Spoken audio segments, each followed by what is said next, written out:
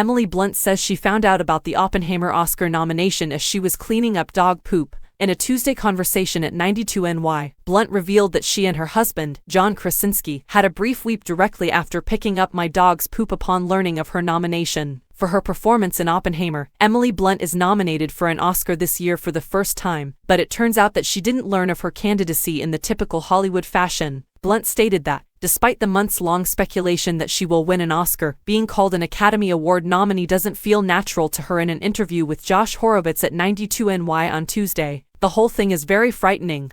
The anticipation. Additionally, I believe you should just attempt to ignore buzz because, occasionally, buzz is constructed on sand. Blunt remarked of Oppenheimer's numerous nominations, I did have a brief cry in the middle of Brooklyn, brief weep immediately after picking up my dog's poop, and when it did happen, and when it happened in such a far-reaching way for all of us in the movie, and every crew member, it was magical. After helping me with the poop, I did pick up her poop and then I heard that I got nominated, so it was perfect, she added. Her husband, John Krasinski, had a really good cry as well. I believe he went to throw it in the trash, after which we both started crying. Blunt is up for a nomination for her portrayal of Kitty Oppenheimer, the title character's wife played by Cillian Murphy, who gradually loses control of her own life as a result of their union and J. Robert Oppenheimer's work on the Manhattan Project. Regarding her real-life persona, the actress remarked, I think there was so much about her that I empathize with, the idea of that extraordinary brain wasted and decaying at the ironing board and the anger and the simmering rage that would follow. She did her best to fight the machine, but I don't think she was able to do much more than that. After that, she married this legend, who she was obviously in love with and worshipped. Despite being a tremendously stabilizing factor in his life, she was incredibly unstable despite her support.